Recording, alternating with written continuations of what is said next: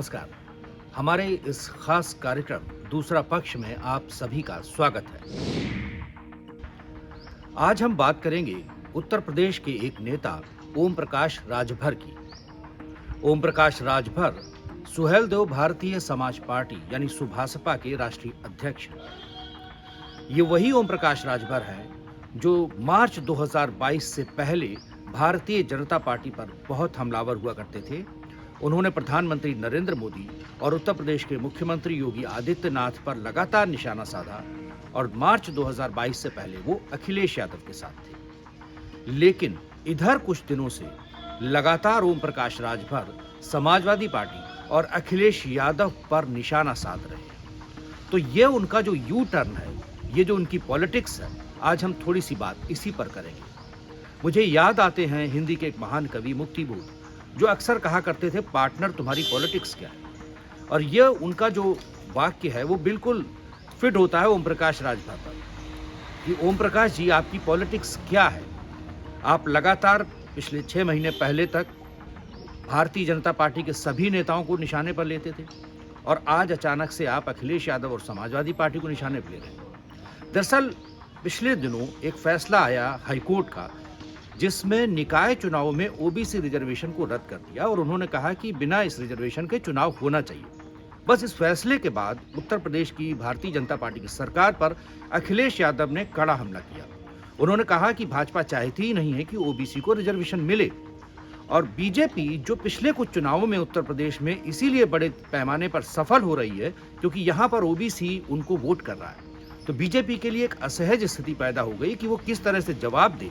हालांकि वो कह रहे हैं कि वो सुप्रीम कोर्ट जाएंगे, लेकिन उनको अखिलेश यादव का जवाब देने में मुश्किल जरूर हो रही है और उनकी तरफ से कोई नेता भी इस तरह से सामने नहीं आ रहा है जो मजबूती से अपनी बात कहे। यही ओम प्रकाश राजभर की जरूरत महसूस हुई। हालांकि बीजेपी और ओम प्रकाश राजभर अभी एक दूसरे के साथ खुलकर नहीं आए हैं, लेकिन ओम प्रकाश राजभर पूरी तरह से बीजेपी के कहने के अनुसार ही बैटिंग कर रहे हैं। अगर आप उनके बयान देखें लगातार, तो बीजेपी के खिलाफ वो कुछ नहीं बोल रहे हैं, वो वही बातें कह रहे हैं जो बीजेपी कहलाना चाह रही है, खासतौर से समाजवादी पार्टी और अखिलेश यादव के खिलाफ। ओम प्रकाश राजभर खुद भी एक ओबीसी लीडर है और वो जब कोई बात कहते हैं तो ये माना जाता है कि ओबीसी ही ओबीसी के, खासतौर से समाजवादी पार्टी के खिलाफ बात कह रहा है। तो ये एक समीकरण बन रहा है, उसमें बीजेपी बैकफुट पर है और वो ओम प्रकाश राजभर को आगे करके अपनी बात कह रही है। आप देखिए पिछले कुछ दिनों में ओम प्रकाश राजभर की मीडिया में सक्रियता कितनी बड़ी है।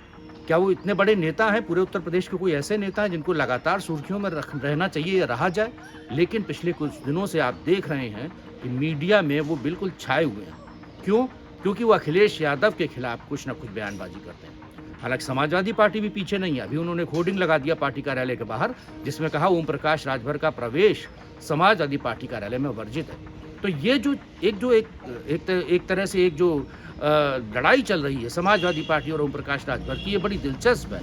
ये भाजपा और सपा की होनी चाहिए, लेकिन बीच में राजभर है और वो भाजपा की ओर से आगे आकर फ्रंट पर मोर्चा ले रहे हैं समाजवादी पार्टी से। तो आप ये समझिए ओबीसी पॉलिटिक्स को कि बीजेपी सीधे ओबीसी की जो राजनीति है उसमें आगे नहीं आ रही है, क्योंकि अभी उन्हें झटका लगा है हाईकोर्ट के फैसले से और वो ओम प्रकाश राजभर के जरिए समाजवादी पार्टी से मोर्चा ले रहे हैं।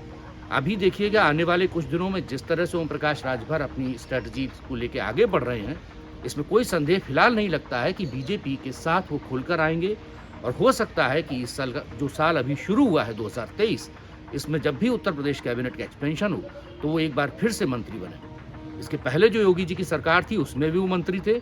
हालांकि उस वक्त कुछ विवाद हुआ, नाराज हुए, उन्होंने छोड़ दिया, सरकार से अलग हो गए, अलग तरह से चुनाव लड़ा, लेकिन अभी वो एक बार फिर से भाजपा में मंत्री बन सकते हैं इस साल आने वाले कुछ दिनों में। और 2024 के लोकसभा चुनाव में पूर्वांचल, खासतौर से मऊ आजमगढ़ का जो इलाका है, वहां पर भाजपा के लिए खुलकर बैटिंग कर सकते हैं। दोस्तों, अगले एपिसोड में हम फिर बात करेंगे उत्तर प्रदेश की किसी घटना पर, ऐसे ही किसी शख्सियत पर।